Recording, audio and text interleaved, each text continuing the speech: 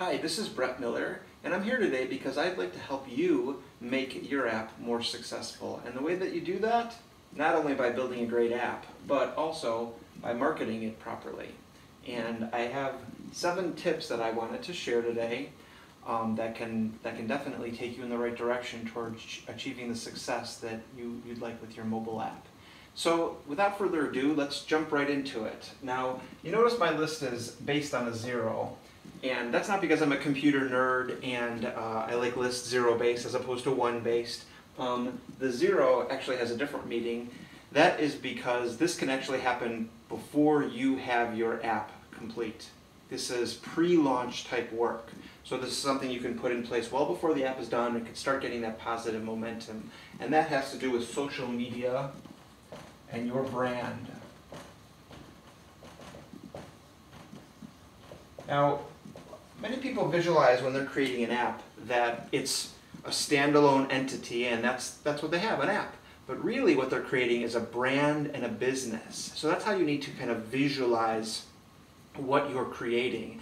And along with having a business, you need to have a presence in the social media markets. And you need to look at it like a business where you're trying to attract followers and generate interest and positive content around what your particular app entails. So that certainly could involve a Facebook group, it could involve Twitter, Instagram, Pinterest, Google+. YouTube is great if you have the confidence to stand in front of the camera like this and potentially embarrass yourself. And a blog, if you're a writer. I mean, these are all things that could be very beneficial for your mobile app. But you can't be in all places and all things to all people. So what you need to do is pick a couple of those channels and really dedicate to being there and, talking about your product and talking about, different aspects of the product and different, parts of the genre and just creating more value for your users. That's really the cornerstone of this concept is, attract people and create more content and more value for them. And everything that you create, it helps build a community that can eventually come and hopefully utilize your app, because that's the purpose of it all. So that's point number 0, as it were. Point number 1, once you have your app, is to actually optimize the entry in the App Store. So what I mean by that is you're going to put pictures of your app, you're going to put a title, description, keywords, your category. This all has to be done around the concept of making sure it's discoverable with the proper search terms. So certainly you want to give that a lot of thought when you're putting in keywords.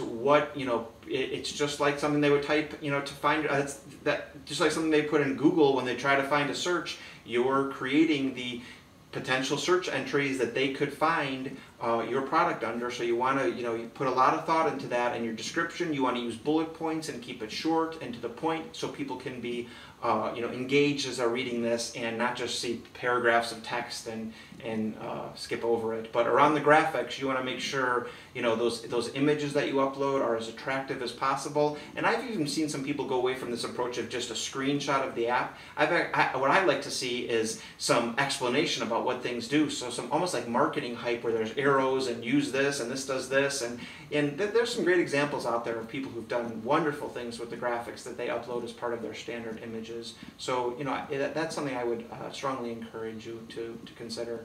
The next point is around building a microsite, a website to correspond to this app. And that just shows how professional you are and how dedicated you are, because again, you're building a brand and a company, not just an app. You have to keep that in mind. So your microsite can be a teaser where you collect, share information about the app that you're building and try to collect emails so that you can distribute to these people and integrate with your social media channels, and your site goes to your social media channels and your site goes to the app, and there's these connecting roads between them where people are really engaging with your brand, not just your app. So you want to have as many links back and forth and always be creating great content, but certainly the microsite shows how professional you are, and you can maintain your blog right there and be sharing information and keep your Twitter feeds live there. So there's a lot of benefits to having that that microsite in place. And that actually could be built prior to you releasing the app, because you could just talk to your development studio and find have them give you a couple images so that you can post that up there and people can see exactly what the app is going to look like. So that would be point number 2. Number 3 is engaging with your users, and it's really critical to get feedback.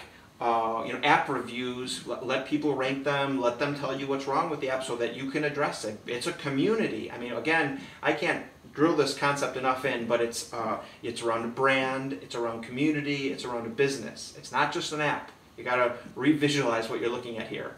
So, let's engage with those users. Help them spread the word. I mean, they're going to spread the word, and you want to make sure that word is positive, so that the applications go viral because of users spreading the word. So that's something to keep in mind. You want to keep them happy and keep them engaged. So definitely ask for reviews within your app and get that feedback and take that feedback to heart. The next item 4 is you really need to have a press kit available. And the press kit relates to information about your, the launch of your app, and some information that you can distribute to the press, of course, when you're ready to go live, and even before you go live, so that they can easily say, here's some of the icons, here's some screenshots, here's the press release, here's the information we've put together, so that you can better understand what we're doing. We're going to make this really easy for you because we want you to share this with your community. Don't make it hard for them. Put a link up on your microsite where you can get all the press material and they can just have it downloaded real easily. Not a problem with trying to get it via email or anything like that, And it's important to have a really positive, press release going out announcing this application and using the right verbiage and everything.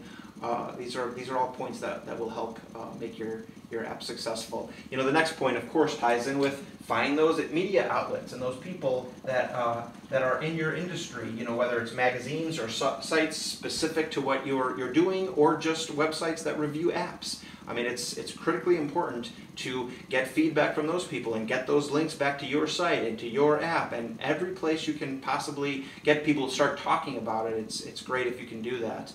And also the idea of key influencers.